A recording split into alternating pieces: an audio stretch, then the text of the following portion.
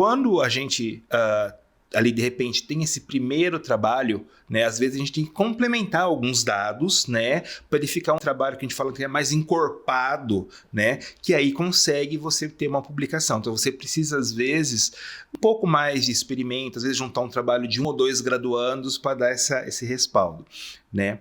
Mas estava lá, continuando a sua graduação, uma vez que você terminou a sua graduação em medicina, né, você já partiu para fazer residência ou foi já pensando na questão da pesquisa? Como é que foi esse seu final da sua graduação? Então, eu terminei minha graduação e a minha intenção era partir mais para a parte clínica. Então, prestei residência de clínica médica. Eu não tinha ainda muita ideia do que eu gostaria de fazer como especialidade. E eu acho que a clínica médica é muito boa porque a gente tem uma noção geral, né, de várias especialidades clínicas.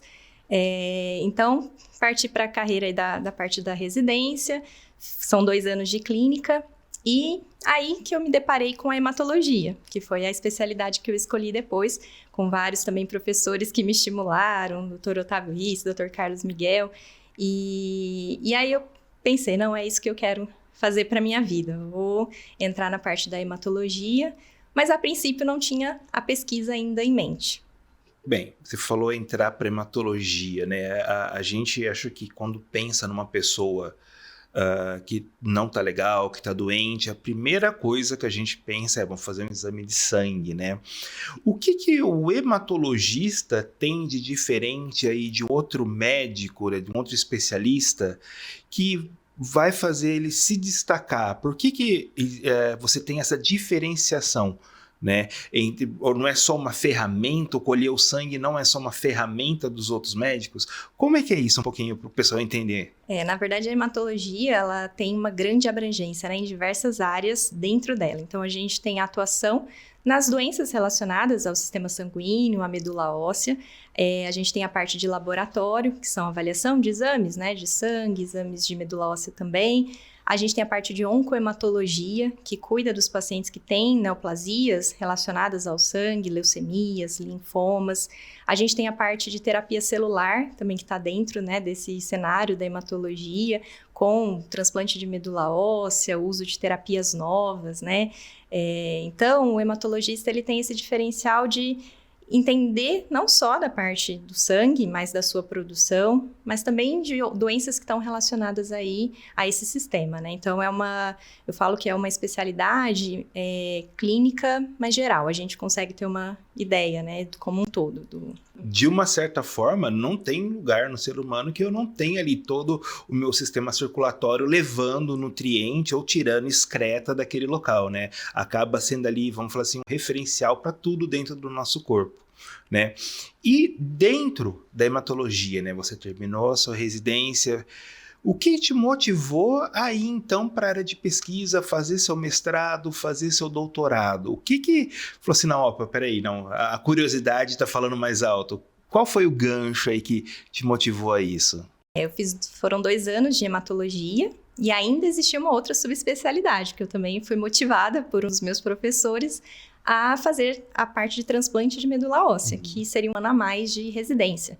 E lá em Rio Preto, onde eu fiz, né, na FAMERP, a clínica, a hematologia, ainda não tinha residência de transplante de medula e tinha residência aqui, né, no Hospital das Clínicas, aqui da USP.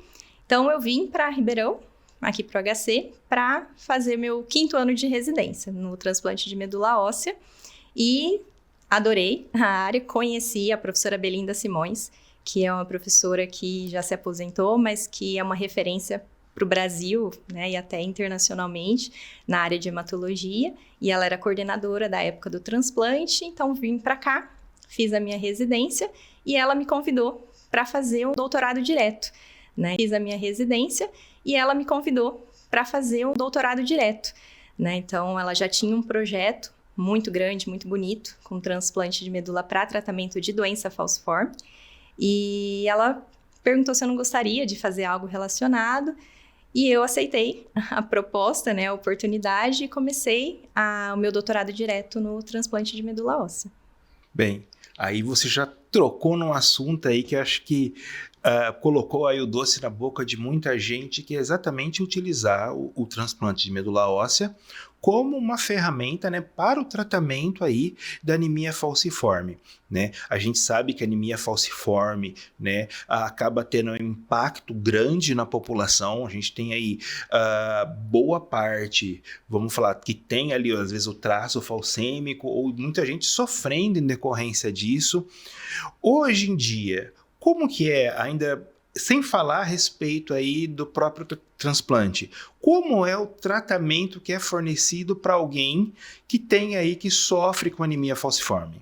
Bom, então a doença falciforme, né, ela é uma hemoglobinopatia, uma das principais doenças hereditárias no mundo todo, né, não só no Brasil. Então a gente tem aproximadamente aí no Brasil 3.500 nascimentos, né, de crianças com a doença falciforme, e chega a quase 7 milhões de pessoas com traço falciforme. Então a gente tem que receber uma herança do pai e da mãe para ter a doença, uma doença autossômica recessiva.